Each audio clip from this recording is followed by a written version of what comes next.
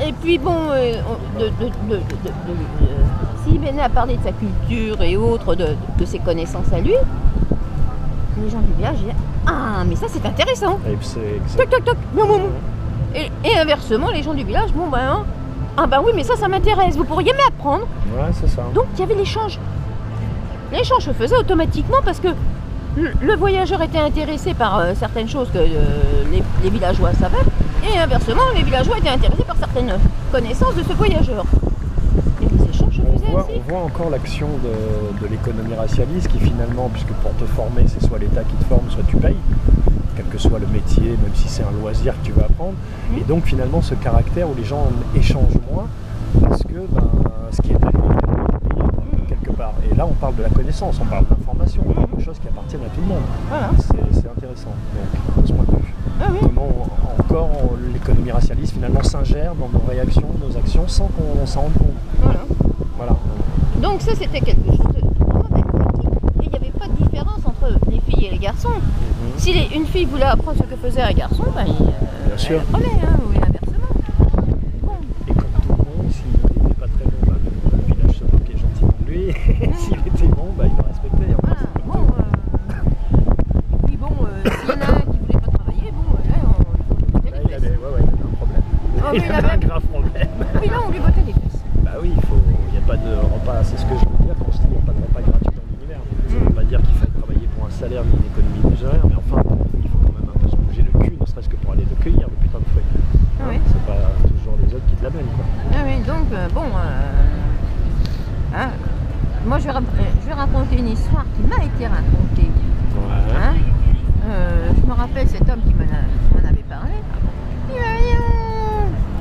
Il y en a un là qui chez moi ne veut pas travailler. Ouais. Hein.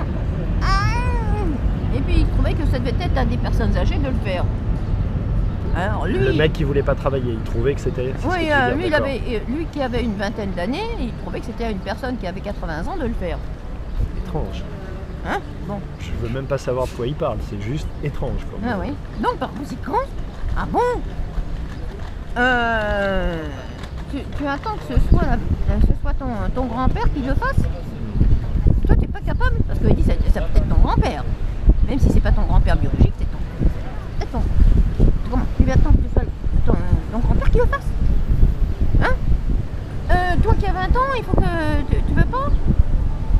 Attends, tu vas voir si tu vas pas le faire. Il dit, on lui a fait une de ses sérénades. Et à tout niveau. Ah, ça, il a bien été chicoté. Chicoté. Il dit, ah là, miaou.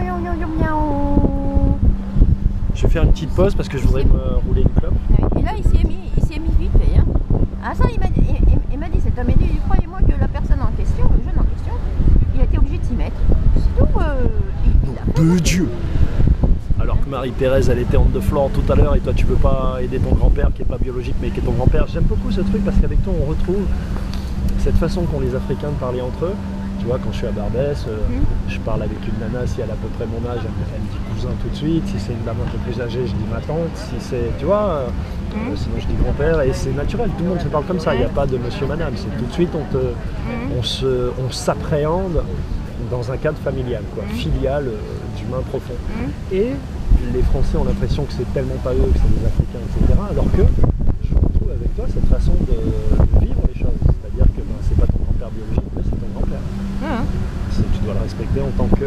Il y avait même chez nous en Guadeloupe, quand j'étais petit, une catégorie en plus, c'est-à-dire qu'il y a les enfants, il y a les hommes, il n'y a pas vraiment d'adolescents, il y a les jeunes, on va dire, les enfants, les jeunes, les hommes. Ensuite, il y a les personnes âgées, et au-dessus des personnes âgées, il y a les anciens. C'est-à-dire que quand tu as 60 ans, tu n'as pas 90 ans. Quand tu as 105 ans, tu n'as pas 70 ans. C'est pas pareil. Tu as quand même 20 ans de masse, de réflexion, on va dire, sur le savoir acquis. Et j'aimais beaucoup cette distinction, c'est-à-dire les anciens. Lui, il est vieux et lui, c'est un ancien. À partir de là, tu es intouchable, quelque part, tu vois, si tu respectes un minimum tes frères humains. Donc j'aime beaucoup ça. Voilà. Bon, je fais une petite coupe, je dis que je vais me rouler une clope, mais pas de prosélytisme, dans le sens où je vais arrêter de fumer, c'est vraiment mes dernières, il faut que j'arrête de fumer à mon âge. Donc faites pas comme moi, ne commencez pas, c'est mieux. Ouais, je sais, ça fait un peu France 2, service public, mais bon, c'est pas grave, je suis sincère. À tout à l'heure.